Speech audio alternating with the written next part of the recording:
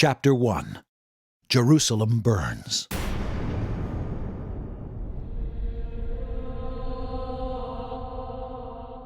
Of the many stories that we hear in our lives, there are some that truly stay with us, even if at first we don't quite understand why. These are stories full of darkness and dread, of deeds so horrific that one wonders how the Muslim Ummah can possibly emerge from the shadow of such evil times.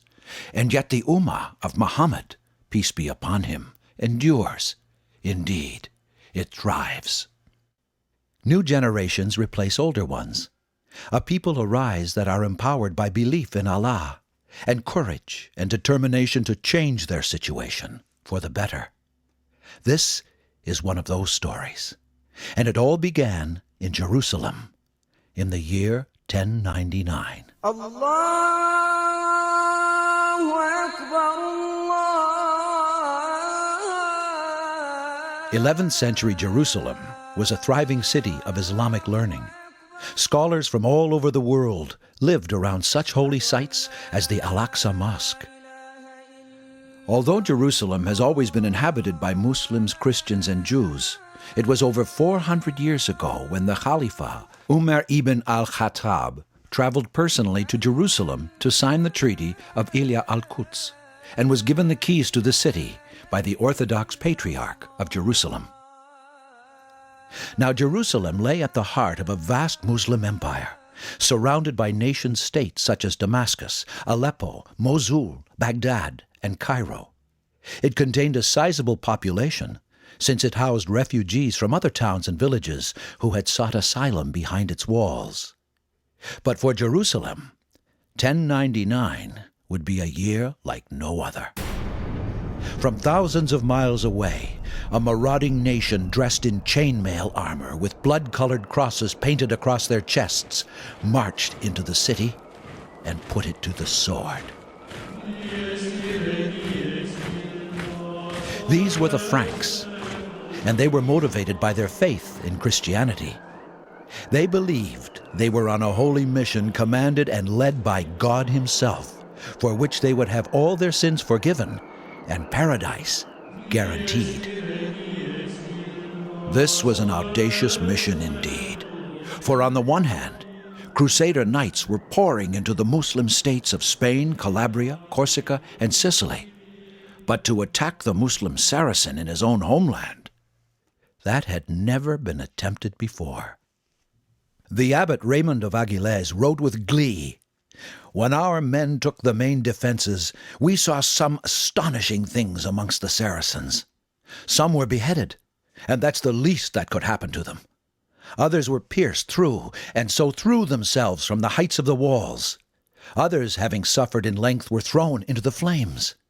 We could see in the roads, in the places of Jerusalem, bits and pieces of heads, hands, and feet. Everywhere we could only walk through cadavers. But all that was only little. There was so much blood in the old Temple of Solomon that dead corpses swam in it.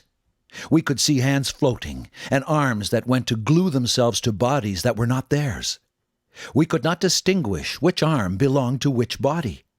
The men who were doing the killing could hardly bear the smoke from the corpses." For 7 days, riot and carnage continued. John William Draper, a 19th century historian, writes, "In the capture by the Crusaders, the brains of young children were dashed out against the walls.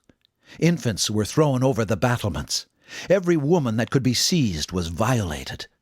Men were roasted at fires. Some were ripped open to see if they had swallowed gold. The Jews were driven into their synagogue, and there burnt. A massacre of nearly 70,000 persons took place, and the Pope's legate was seen partaking in the triumph."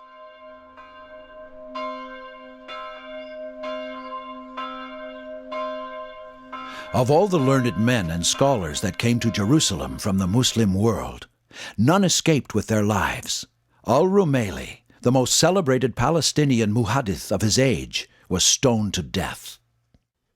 Such was the carnage when Fulcher, the Christian chronicler, visited Jerusalem in 1099, 5 months after its capture. He was disgusted by the stench of death inside and outside the city walls. To complete their deeds, the Crusaders desecrated the Al-Aqsa Mosque. Pigs were installed in the mihrab, and a church was erected in place of one of its oratories.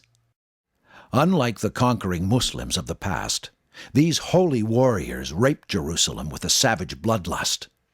But the Muslim does not find satisfaction in blaming others for his own misfortune.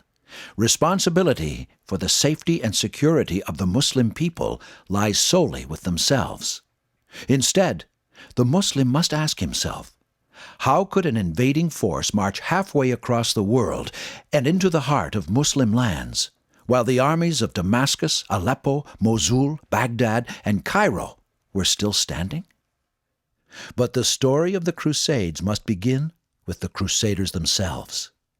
The reason why the knights of the Frankish nation decided to leave their families and their homes to march thousands of miles to a land they had never seen, but only heard about in myth and legend.